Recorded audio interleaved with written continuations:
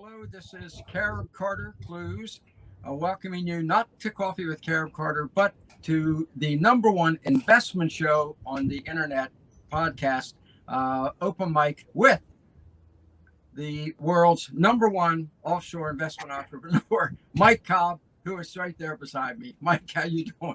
I'm good, Carter. I'm glad we could connect up today. I'm driving through the mountains of Maryland and West Virginia. I'm up in Frostburg, Maryland today, waiting to have lunch with my business partner, Joel Nagel, who you know. We like to meet kind of halfway between Pittsburgh and Shepherdstown once in a while, and Frostburg's one of our haunts. There's a great steakhouse, Sand Springs Steakhouse here in Frostburg, so we like to come up and get a nice steak and enjoy lunch together once in a while. So, well, Frostburg's a lovely town. I went to college there. Make sure you're there to stop by Dick Duncan's bar, where I got drunk every night for 4 years. I no longer get drunk at all, I want to point out. So I'm a little more credible now. But, yeah. So I don't think Frostburg's ever been the same since you've been here, Carter. No. Thank God. And I think everybody there is thankful. I know the dean was thankful when my brother and I exactly. So we want to talk. This is all about investing, folks. When I said the number one investment podcast and the number one offshore investment entrepreneur, it actually was not hyperbole. It actually is true. And I learned from getting to talk with Mike every week, and I know that our viewers do, because I get the emails about it. And one day we're gonna do just an email answer show, if you don't mind. Yeah, sure. Right? Yeah, absolutely. Yeah, when we get them in here, because what you're hearing here is a broad view investment. Let me give a bit of background on that, if I may. Every morning, and Mike and I were talking about this before the show started, and he said, "Well, Carter, you got to pass that along." So I will. Every morning, I have the real joy of being in a Zoom call with some of the top investment advisors in the world at Money Map Press. Okay, some of you out there right now saying, "Oh yeah, we know Money Map Press. It's worth, literally worth its weight in gold." And so I listen to their advice every day. I tell you, and you know, the other day, you know, I was saying, listening to you guys, because these guys know where the smart money's going. And I said, right now, the stock market, right now, please don't think this is going to last. Right now, the stock market, Mike, and tell me if you agree with this. It's kind of like shooting fish in a barrel. You just decide for yourself whether you're going to get minnows or whales. What do you? Yeah. Give me. Right. You're an investor, both offshore stocks. What's your read on that? Well, look, when the market's just going up generally, right? You can throw a dart, like you said, or shoot fish in a barrel, or drop a net in and just pull out whatever, because the market's going up, right? And you don't really have to target very much. I kind of use the machine gun or shotgun analogy, right? If you got a tree full of birds, just shoot the shotgun a few times up there, and a bunch of birds are going to fall out, right? But when the birds are thin, when there aren't very many birds, you got to get out your 22 and you got to take careful aim and find the bird you want to shoot, because you're hungry, you want to eat, right? And it's not plentiful just knocking them out of the sky. So right now, just shoot the shotgun, and you're going to do fine. The market's going up, you can do well. But when you have to start really paying attention to what you're hunting for specifically, that's when the game changes, and you need different methodologies to make that work. Excellent. You need different methodologies. One of which is having someone like you who does, who is an investment guru. I mean, you're to me like the guys I'm on with Money Map Press, an investment guru who can tell you, when the birds are not flocking to the tree anymore. All right. Yeah. And when you have Jerome Powell, the head of the Fed, pumping up so much fiat money that our national debt. Now, folks, I want you to brace your. I said, yeah. You see what you're seeing from Mike right now. Right.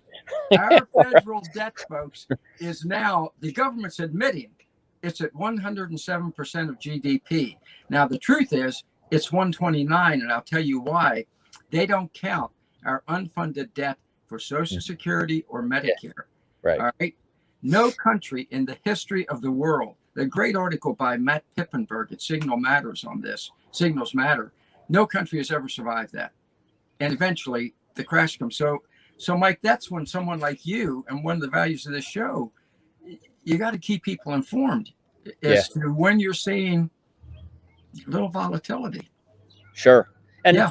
and now is a great time to be in the market, and but it's also probably a good time. Look, nobody knows where the top is. Nobody knows where the backside of this thing is. And I'm probably going to get a little flack from some people, but with another 2 trillion, 6 trillion, 64 trillion, whatever they're going to pump into infrastructure, whatever that, I guess 2-3 trillion, whatever they're saying, that money's going to just circle back around and go into the markets too. So we may actually see an extended bull run in the market for a while longer. I'm not calling a crash. I know some people are calling a crash, but I actually think when you pump another few trillion into the economy in all the forms that they're going to pump it, that money ultimately ends up, much of it anyway, back in the markets, because there's no other place for it to end up. So precisely. So I am actually thinking the bull market will, continue on.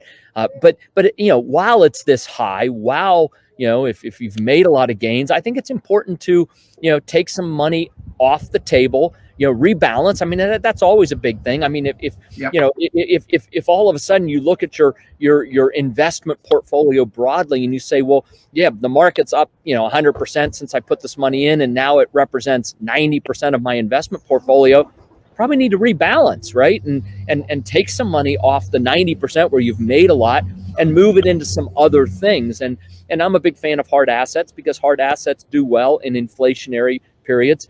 And so, real estate is one, hard asset class. Metals, I think physical metals are another important hard asset class. Sorry, I got a big truck, backing up behind me. But anyway, but I think this is the time, while the getting's good, to get a little bit of money off the table, rebalance, readjust your portfolio, and move some things into some asset classes that are going to resist inflation. I also feel a little weird when I say, invest in hard assets because they do well in inflationary periods.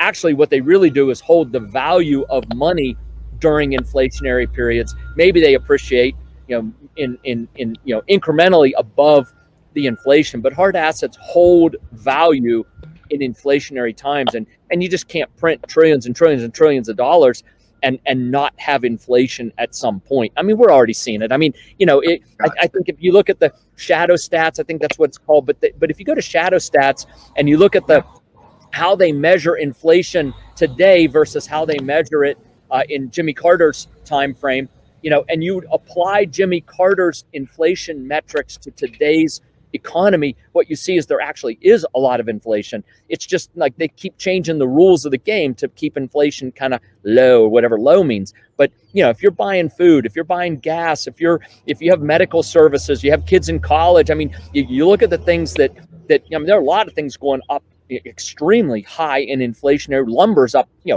350, 60%. I just saw recently in concrete, and steel is up. So we have inflation.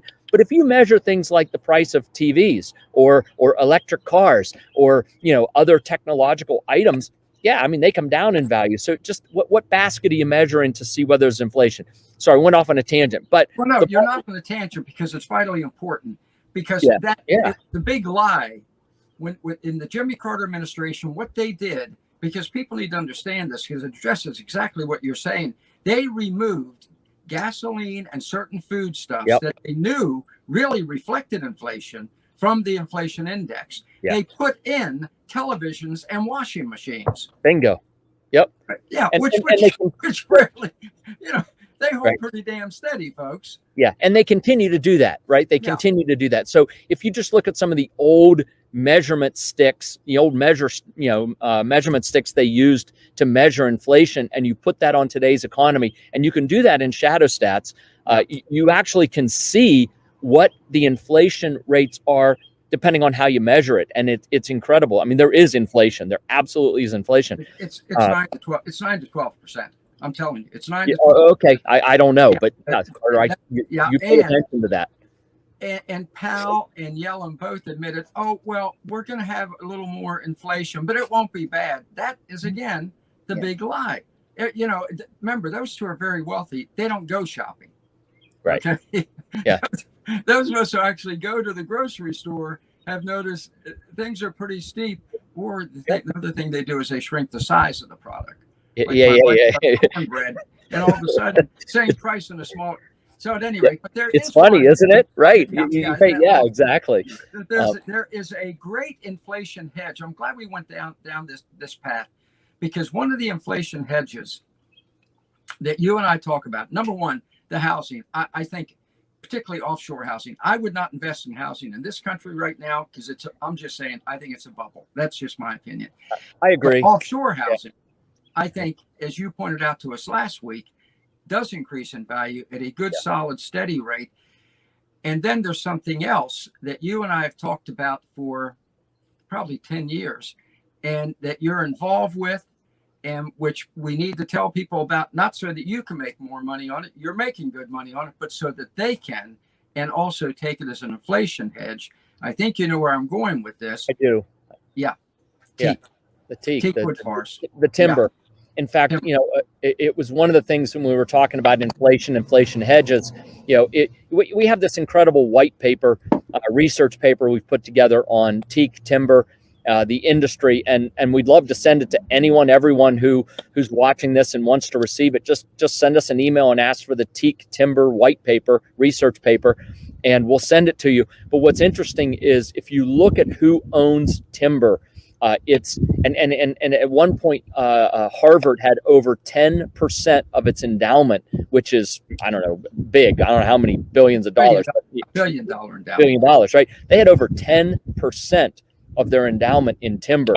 And you look at John Malone, you look at the Peregrine family. I mean, you look at many extremely wealthy families' endowments.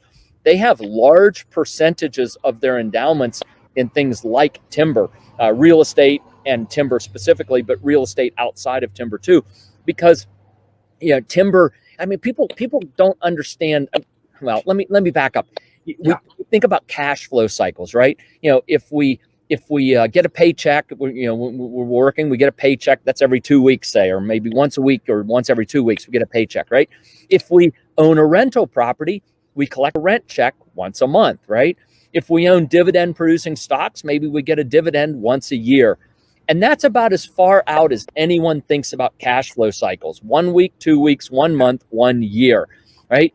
The thing about timber is that it has a cash flow cycle. It has a phenomenal cash flow cycle. It just happens to be like with pine and some of the fast growing species, 8, 10, 12, 15 years. Things like teak, which is what we grow in the tropics, it's 25 years. And then other species like mahogany can be, 30 to 40 years. So depending on what you want in terms of this, I call it the long cycle cash flow, right? Long cycle cash flow. Right. It is a powerful generational wealth stewardship tool, which is why the big family offices have it. And why the endowments have it, because, Harvard needs money 25 years from now, right? So if you can get an IRR of 10 or more percent, internal rate of investment of 10% compounding. I mean, this is phenomenal IRRs in timber, right? And you can do it over a, 10, 15, 20, 25, 30 year period. Wow. I don't know what else you can put your money in, right?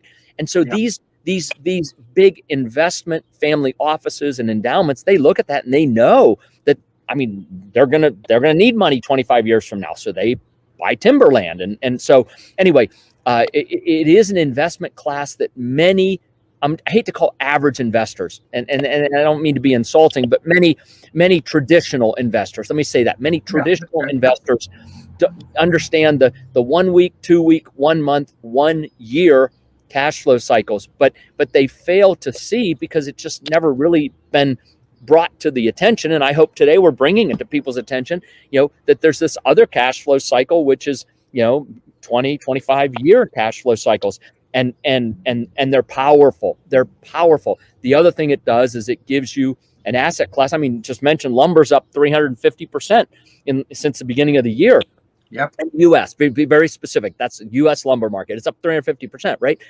So if you own something like timber, think about this for a second. I mean, this is incredible. So you say, holy smokes, timber's up 350%. Like, I want to get in on that.